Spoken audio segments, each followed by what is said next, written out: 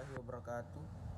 Saya Muhammad Haikal Aurpadatu dari kelas 12 MIPA 1 ingin menjelaskan tentang materi sintesis protein.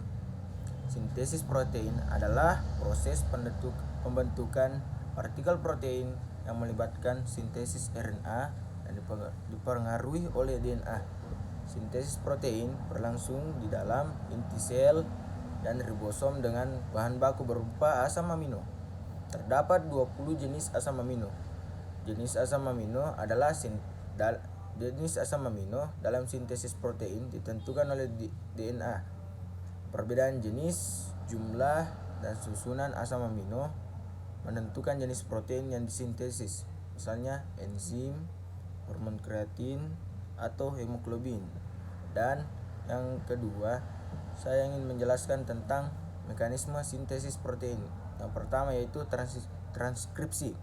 Transkripsi merupakan proses pembentukan RNA dari salah satu pita cetakan DNA atau DNA sense. Pada tahap ini, transkripsi akan menghasilkan 3 jenis RNA, yaitu mRNA, tRNA, dan rRNA. DNA memiliki 2 untai. Untai yang satu sebagai cetakan atau anti-template atau sense, dan untai komplementnya sebagai template antisense. Tahap ini dapat berlangsung di dalam sitoplasma dengan diawali proses pembukaan rantai ganda yang dimiliki oleh DNA dengan bantuan enzim RNA polimerase. Dan tahap ini terbagi menjadi 3 tahap, yaitu tahap inisiasi, elongasi, dan terminasi. Dan yang pertama yaitu inisiasi, permulaan atau transkripsi. RNA polimerase menempel dan terikat pada untaian DNA yang disebut promoter yang di dekat awal dari suatu gen. Setiap gen mempunyai promoternya tersendiri. Meskipun sudah terikat, RNA polimerase memisahkan untaian ganda DNA-nya, menyediakan template atau cetakan untaian tunggal yang siap untuk ditranskripsi. RNA polimerase mulai membentuk RNA pada titik awal atau bisa disebut dengan start point. Dan yang kedua yaitu elongasi, pemanjangan untai RNA. Saat untaian DNA atau untaian cetakan bertindak sebagai cetakan untuk digunakan oleh RNA polimerase.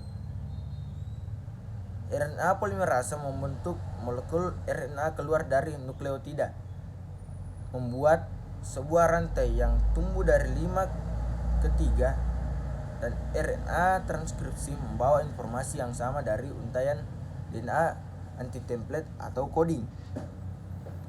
RNA mulai terbentuk dan RNA polimerase menambahkan nukleotida ke ujung 3 pada RNA yang sedang tumbuh. Perhatikan nukleotida RNA selalu dari arah ke-5 ke 3. Dan basa nitrogen pada RNA yang dibentuk merupakan komplementer terhadap basa nitrogen untaian DNA sense yang terbuka, kecuali A pada DNA untuk cetakan U pada RNA basa nitrogen T pada DNA cetakan A pada RNA, G pada DNA untuk cetakan C pada RNA, dan C pada DNA ditranskripsi triplet basa nitrogen atau ATG pada DNA yang akan menyediakan cetakan untuk UAG dalam molekul RNA.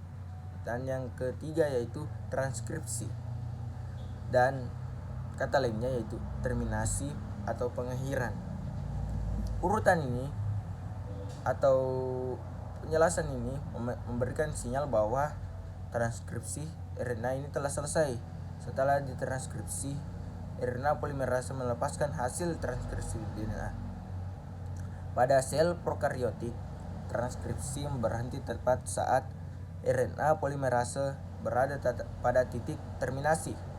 Dan pada sel eukariotik, transkripsi akan berhenti setelah RNA polimerase melewati titik terminasi hingga 10 sampai 35 nukleotida.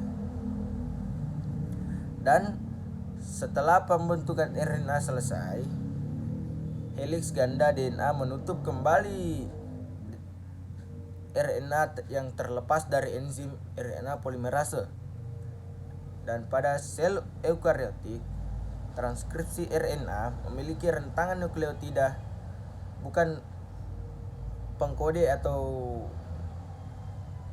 urutan penyalanya ini disebut intron atau daerah yang tidak mencapai translasi, yang tersebar berselang-seling di antar segmen ekson. Transkripsi terjadi kira-kira 60 nukleotida per detik dan menghasilkan pra-mRNA. Pra-mRNA disambung dan dimodifikasi oleh pra-mRNA dan menjadi mRNA. mRNA terbentuk kemudian keluar dari inti sel melalui pori-pori membran inti dan menempel pada ribosom. Dan yang kedua yaitu translasi. Translasi adalah sintesis polipeptida dengan menggunakan informasi genetik yang dikode pada suatu molekul mRNA. Ribosom terdiri atas 2 subunit, yaitu subunit besar dan subunit kecil. Dan tRNA mempunyai antikodon yang merupakan urutan basa nitrogen komplementer dari mRNA.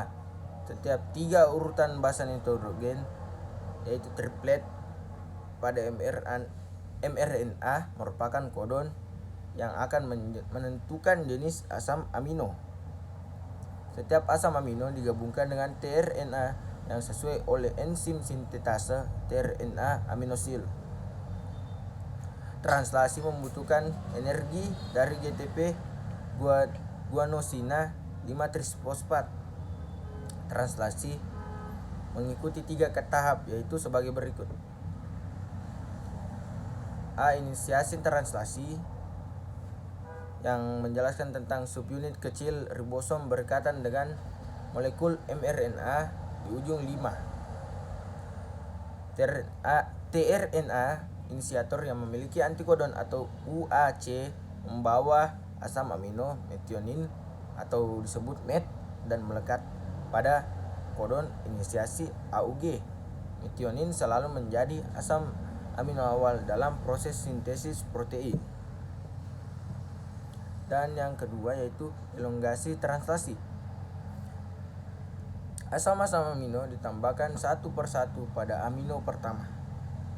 Siklus ini berlangsung sekitar 1-10 detik dan terus diulang-ulang pada saat penambahan asam amino hingga terbentuk rantai polipeptida yang lengkap.